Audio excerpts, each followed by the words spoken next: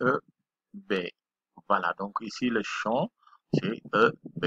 Voilà, donc maintenant notre l'objectif de cet exercice, c'est de représenter, c'est de faire la sommation de ces trois vecteurs afin de sortir le vecteur résultant. Non, on doit tout simplement choisir ce que l'on appelle un repère.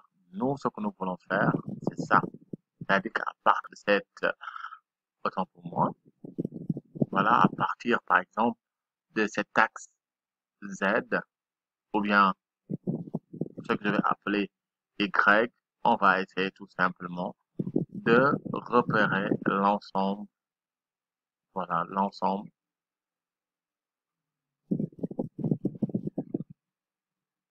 Je vais changer la couleur, donc là, je vais choisir, bon, on va dire une couleur, non, une couleur verte, voilà, d'accord.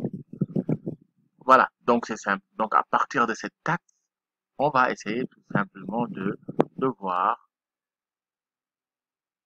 donc quel genre, ok, voilà, je vais le rendre beaucoup plus grand, c'est mieux comme ça.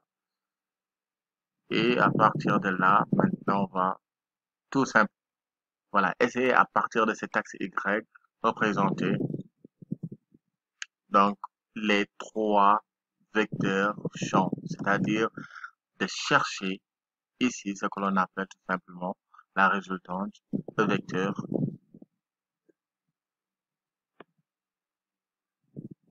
Je vais essayer de le renommer.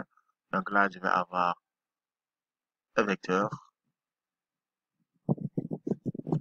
qui est égal à EA.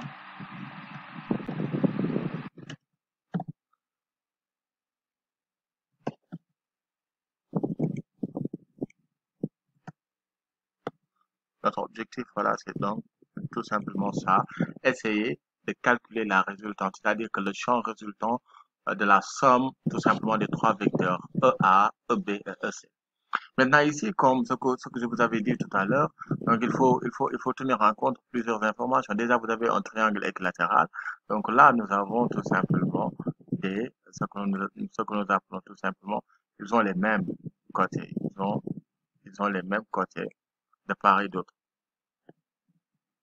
Voilà, donc là, on va essayer tout simplement de représenter les côtés.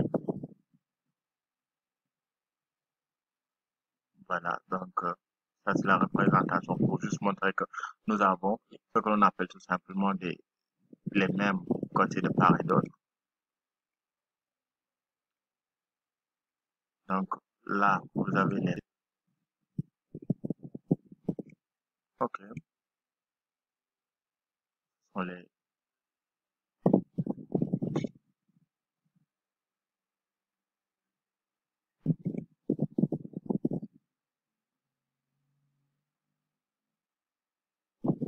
Ok, donc on va ajouter les autres, voilà, côtés pour juste montrer l'égalité de ces côtés-là. Donc là, vous avez aussi, et vous avez ici aussi tout simplement euh, ce côté-là, c'est égal à ce côté-là. Et vous avez aussi ce côté-là, c'est la même chose que l'autre. Et ce côté-là aussi, c'est la même chose que tous les autres. Donc là, vous avez tout simplement les mêmes côtés. Et qu'est-ce qui se passe? On vous a dit que, par exemple, par rapport à votre triangle équilatéral, regardez cette information. On vous a dit que le côté, tout simplement, là, sur le sommet d'un côté équilatéral. Voilà, donc les trois charges ponctuelles plus qui moins qui sont placées au sommet d'un triangle équilatéral de côté A. Donc, c'est-à-dire que de là à là, c'est A. Donc, de là à là, c'est A. Donc, ici, vous avez A sur 2, A sur 2, A sur 2, A sur 2, A sur 2, A sur 2. Donc, là, on va essayer tout simplement donc, on va essayer d'insérer, non A sur 2. Voilà, donc, on va essayer vite fait d'insérer non A sur 2.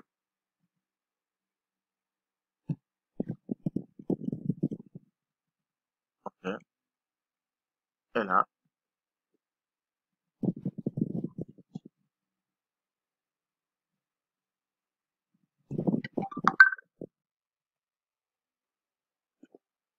voilà. Donc,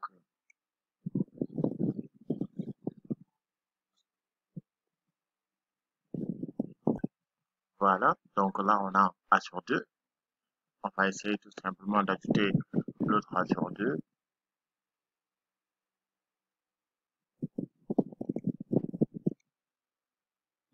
On va essayer d'ajouter l'autre A sur 2.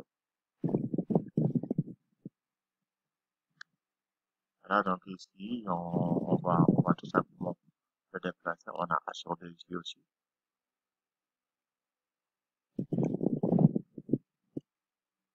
Donc là, on a A sur 2.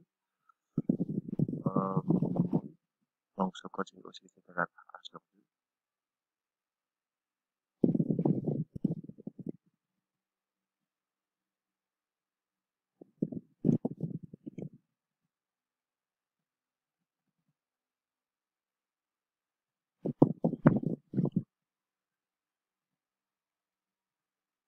Donc là, on va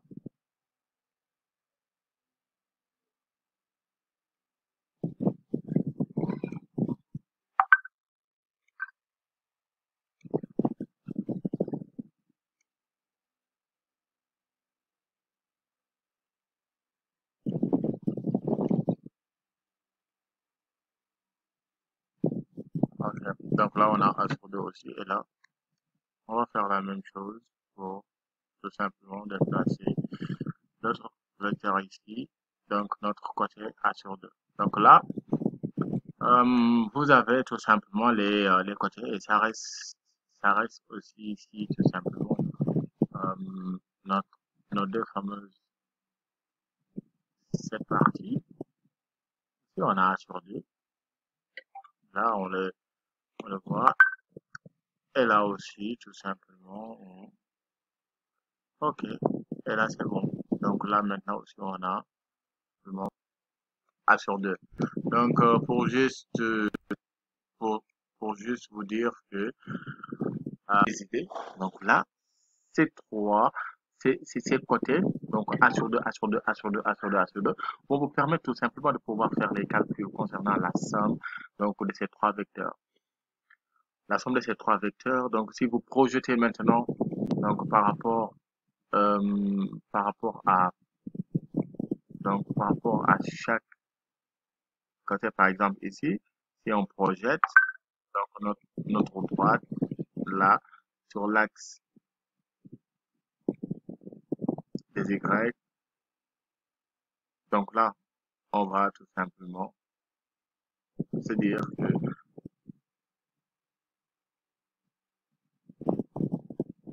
les pointillés. Donc là aussi, si on projette suivant l'axe des Y, ça va nous donner quelque chose.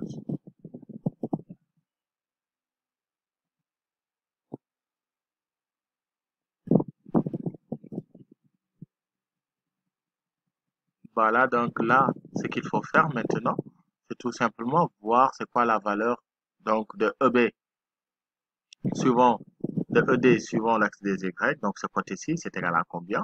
Mais aussi de voir à quoi est égal tout simplement EB donc, suivant l'axe des Y, c'est égal à ce côté-là. Ici, EA suivant l'axe des Y, on suppose que ce n'est rien d'autre que EA. Maintenant, là, il va falloir tout simplement donc faire appel à des calculs mathématiques. Donc, on sait déjà que nous avons un angle de 60 degrés. Donc, cet angle, c'est ça que nous avons donc une médiatrice. Donc, cet angle est divisé par 2. Donc, là, vous avez 30 degrés. Et sachant que ce côté-là est un angle droit, vous avez 30 degrés plus 90, ça fait 120 tout simplement 120 degrés. Donc, l'angle qui se trouve ici, ce n'est rien d'autre qu'un angle de 60 degrés. Donc là, déjà, vous savez que ici, l'angle vous fait un angle de 60 degrés. Maintenant, à partir de cet angle de 60 degrés, vous pouvez tout simplement calculer, donc, ici, pour EA, à quoi est égale sa valeur. Donc là, vous pouvez faire le repère. Donc là, par rapport à ce vecteur-là, donc si vous voulez, vous pouvez Euh, voilà, donc projeter, donc utiliser le A sur 2 pour pouvoir tout simplement savoir donc à quoi est égal donc aux différents côtés. Donc là, on va tout simplement expliciter.